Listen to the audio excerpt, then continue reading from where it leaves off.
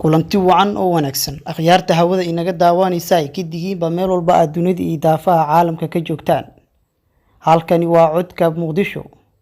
tabinteenu waxaynu ku eegeynaa warbixinaha ku saabsan nolosha shakhsiga loogu hadal haynta badan yahay xilligan kala guurka siyaasadeed ee doorashada diyaar noqotay balse mucaaradka iyo danli qabiileysan oo ku dhagan shakhsiga shacabka aqoon-yahan dhameystiran siyaasi go'aan leh rugcadaas suxufi qoraa cajiib ah maxaa qalqalgeliyay siyaasiyiinta dalka gaar ahaan mucaaradka iyo murashaxiinta iminka taagan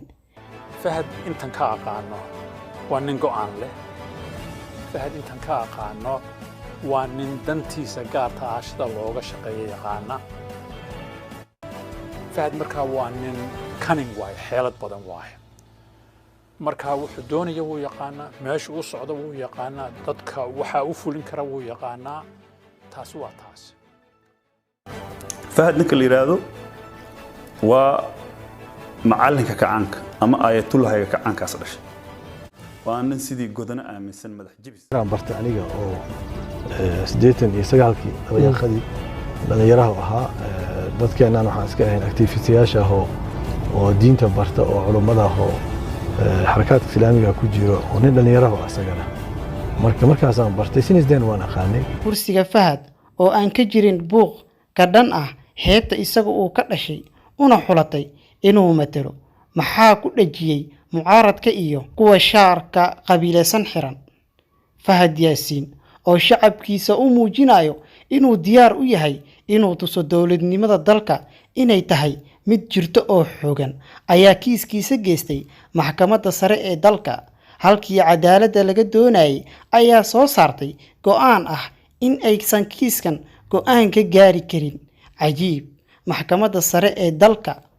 miyay dulmisay fahad yaasiin xaaji daahir ninka intaasoo hibiis ku darsaday ducada shacabka dawladda jecel weheliso waa kuma qofka aan ka hadleyno ma aha shisheeye ama ciyaaryahan kubadda cagta saameyn ku leh hadba ereyada saad u fahmaysaan aan u dhignee waa muwaadin Soomaaliyeed Fahad Yaasiin xaaji daahir tan iyo intuu siyaasadda ku jiray sunta dawladaha shisheeye iyo kuwa u nacamleeyo qaabiirka siyaasadda Fahad mucaaradka iyo inta kursiga jecel fahad isku mabda ma yihiin su'aashaasi waxaynu u daynaynaa bulshada inagu xiran kani waa astaan qaran kursiga maanta uu ku fadhiyo hadduu qof iyo cod ahaan lahaa waxaa hubaal ah inuu tiro taariikhi ah ku soo geli lahaa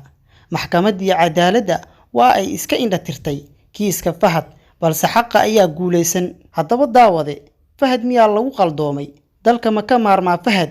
fariin u reeb shisheeyaha iyo inta u nacamleyso aad baad u mahadsan tahay sii sheer garee barnaamijka like-na inoo saar aad baad u mahadsantihiin